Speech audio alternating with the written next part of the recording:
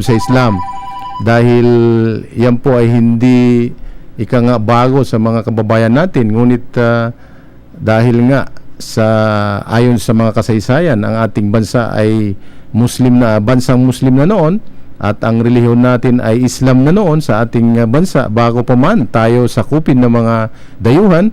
So tayo po ay nagbabalik lang sa ating original na pananampalataya o kaya relihiyon.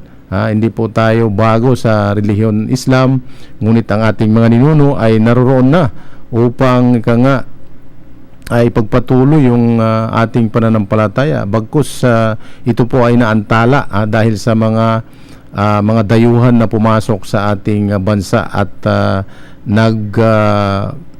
nag-introduce or kaya nagpakilala ng mga ibang mga pananampalataya, kaya may mga ibang tao na nahikayat. At sa ngayon, alhamdulillah, yung mga kababayan natin nagkaroon ng pagkakataon pumunta sa abroad, or kaya nagkaroon ng pagkakataon upang magtanong or kaya bumasa mula sa mga babasahing Islamiko. Ito po ay kanilang napag-isip-isip at nalaman na tayo pala'y hindi foreign doon sa ating tinatawag na relihiyong original na ating relihiyon dito sa ating bansa, ang Islam.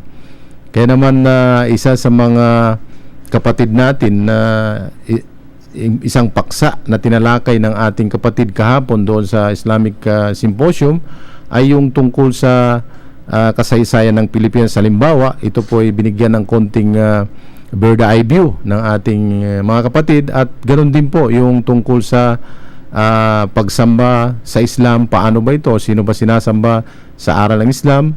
Ganoon din po yung tungkol sa mga salita na kung saan naririnig natin sa media or nababasa natin, naririnig natin sa mga bukang bibig ng ating mga kababayan, ng mga ibang tao, ang salitang Islam, Muslim, Allah, Muhammad, Quran. Ito po ay pinaliwanag din kahapon. At maging ang kaisahan ng Allah subhanahu wa ta'ala, ang nag-iisang dakilang tagapaglikha, ito rin po ay tinalakay. At ganoon din po yung tungkol sa mga tao na destined doon sa tinatawag nilang paraiso at impyerno, base na rin sa ating pagpili dito sa mundong ibabaw, habang tayo binibigyan ng pagkakataon ng dakilang tagapaglikha upang isagawa, upang sumunod, tumalima at magwaksi ng kanyang mga pinagbabawal. So habang tayo ay binibigyan ng pagkakataon dito sa mundo, ay merong nakalaang sa atin na dalawang papupuntahan sa kabilang buhay. Yan po yung paraiso at isa yung punishment doon sa impyerno. Kaya malinaw po sa aral ng Islam yung choice na sa atin. Nasa sa atin po, yung mga pagkakataon ay binibigay sa atin ng dakilang tagapaglikha. Yung mga materials ay nandyan lahat. Pinadala niya ang mga propeta, ang mga sugo sa bawat siglo upang mangaral sa atin, upang magpaalala sa atin, upang maghatid ng mga balita na kung saan ito ay mga divine revelations or divine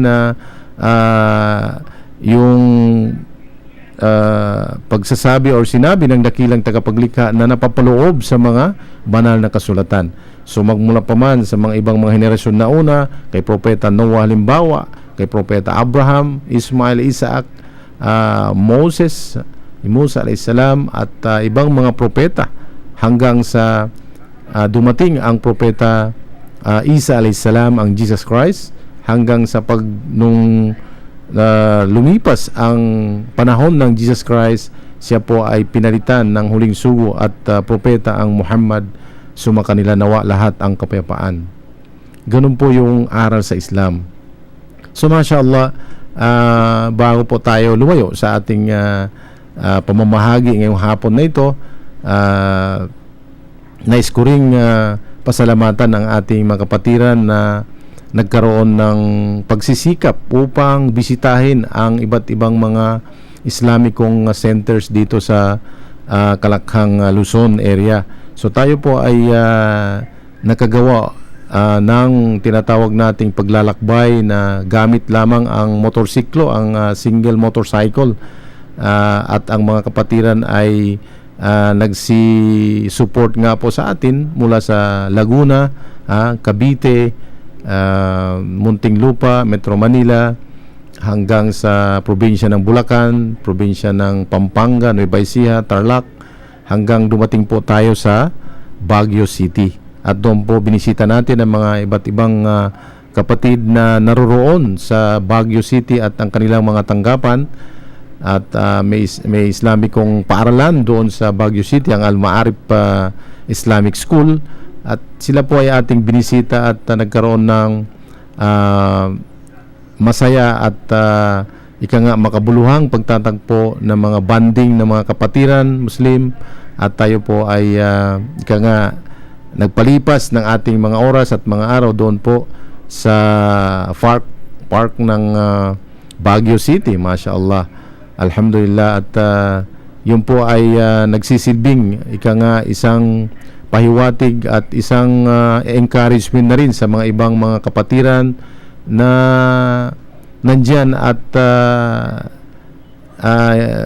sila ay tahimik lamang sa mga ibang parte ng ating probinsya o ng ating region dito sa Luzon. Ito po yung pagkakataon upang tayo ay magkakaroon ng mga